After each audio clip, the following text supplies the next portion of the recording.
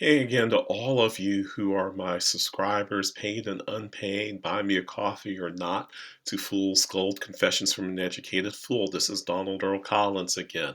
Welcome. I have my latest Substack is up to talk about good white people, and their consternation and freaking out and rage and outrage towards pretty much anything and everything that's happening now with Trump and so on and so forth, right? And my main point is pretty simple. Once again, I'm really saying to everyone here today is that not that you shouldn't freak out, not that you shouldn't have outrage, not that you shouldn't feel some sort of fear or worry about where the country's headed. The country is headed to hell in a handbasket. But to recognize that this didn't just happen because of an election a couple months ago or even 10 years ago with the rise of Trump or anything like that. This has been churning. We have been in the churn now for basically the better part of 6 decades. Between the conservative movement, the evangelical movement, Democrats moving from centrist to being fully center right, borderline moderate Republicans in the 80s and 90s era, those kinds of folks, right? And the fact is that most people in this country have moved with them in those directions. And so the fact that there are folks who are white who are starting to recognize the things that black people have always had to live with or deal with, that indigenous people have always had to live with and deal with, that quite a few Latinos, particularly those of the really brown or Afro Latino persuasion, have had to deal with and lived with as well. It's nice. It's nice that you have recognized it. Welcome to the party. Join us. Don't go, oh my God, let's freak out now, right? Because if black people did that, if indigenous people did that, Latinx people did that, well, we're not allowed that space to do the things that you're doing. All of that freaking out, all these things that say, oh, things are really, really bad now. Yes, things are really, really bad now. Anybody with, a brain would realize that things are bad, things are terrible. But in recognizing that, slow your roll a little bit. This is a long haul fight. The fight against this is not just against Trump. It's not just against Trumpers. It's not just against autocracy, the potential autocracy that he brings with him, right? And the apparatus he brings him with it. It's about movements that have pushed us in this direction for the past 6 decades.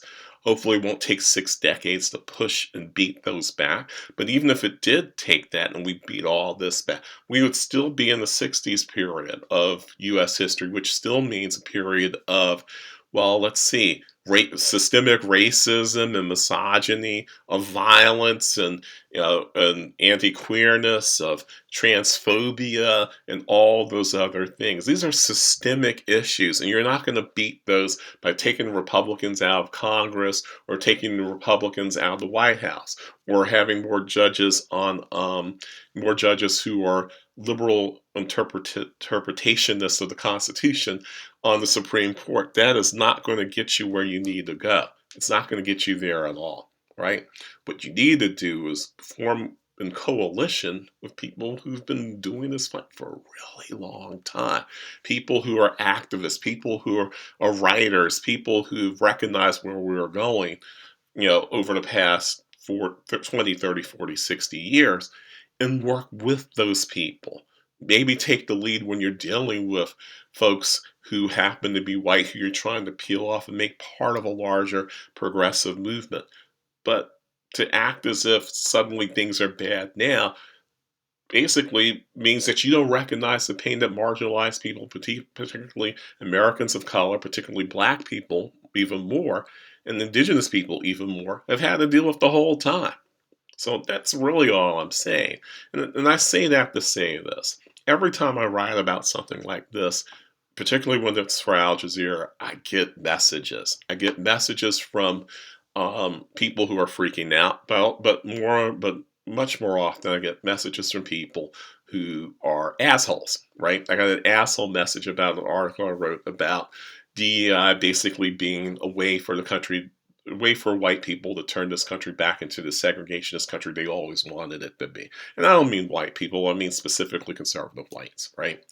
So I get an email from this person. He called me a basketball grifter. I don't know what a basketball grifter is.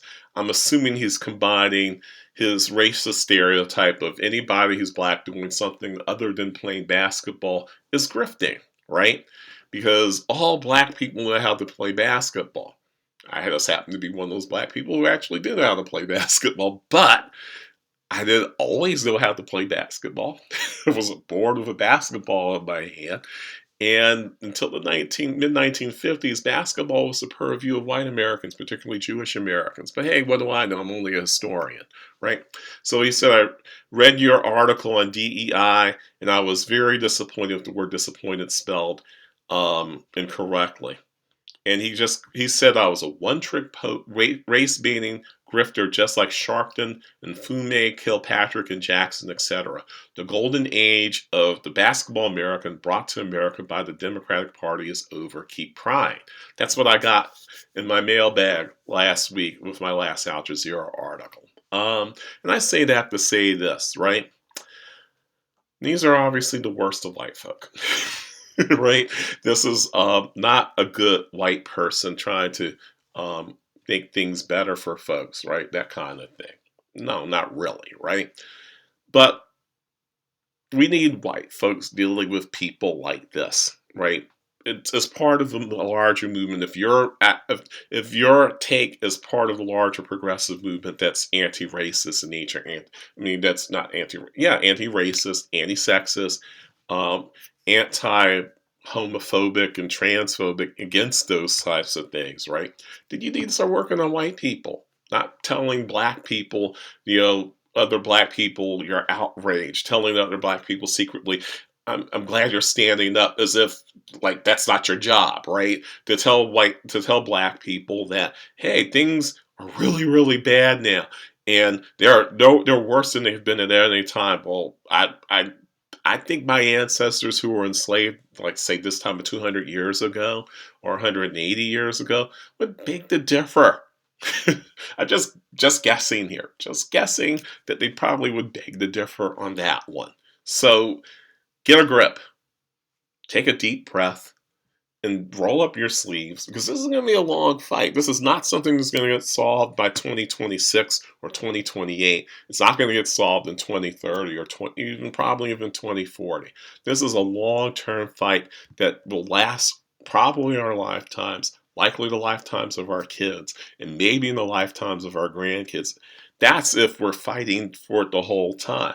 But the problem has been for good white people, and really for even middle class black folks who've made it to elite status and so on, is that once you get to that certain status, once you think that the immediate threat is over, you refuse to deal with the root problems ever. And so you turn everything back off and ignore everything, while other people who are marginalized are still getting, their shit kicked out of them, culturally, socially, materially, spiritually, and otherwise. And I'm tired of it. Can you tune in and stay tuned in? That's the real question here. For those of you who watch, thank you. Please donate, because it does take money to keep this going. Buy me a cup of coffee, $4 or more, right? Or if you want to fully subscribe, do a full subscription of $50 a year or $5 a month. It is entirely up to you. All donations are appreciated. Thank you very much.